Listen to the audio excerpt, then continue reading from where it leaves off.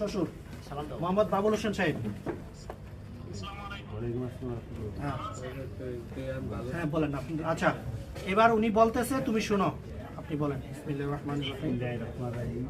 আমার কন্যা সুরাইয়া জান্নাত সিনথিয়াকে 3 লক্ষ টাকা মহারণায় ইসলামী শরীয়ত মোতাবেক তোমার উপস্থিত তোমার বড় ভাই উপস্থিত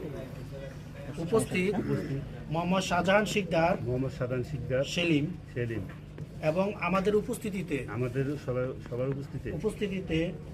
তুমি আঙ্গুলে দেখেন, তুমি মোহাম্মদ শফিকুল ইসলাম সাকিব তোমার সহিত আমার কন্যা সুরাইয়া জান্নাত সিনথিয়াকে বিবাহ দেওয়ার জন্য প্রস্তাব করিলাম। তুমি কি উক্ত প্রস্তাবে রাজি? তুমি বলো আলহামদুলিল্লাহ কবুল। আলহামদুলিল্লাহ কবুল। আলহামদুলিল্লাহ কবুল। সবাই আলহামদুলিল্লাহ। আলহামদুলিল্লাহ সবাই শুনছেন তো? আরেকবার বলো আলহামদুলিল্লাহ। একবার তো ওর ভাইয়ের আমরা শুনছি।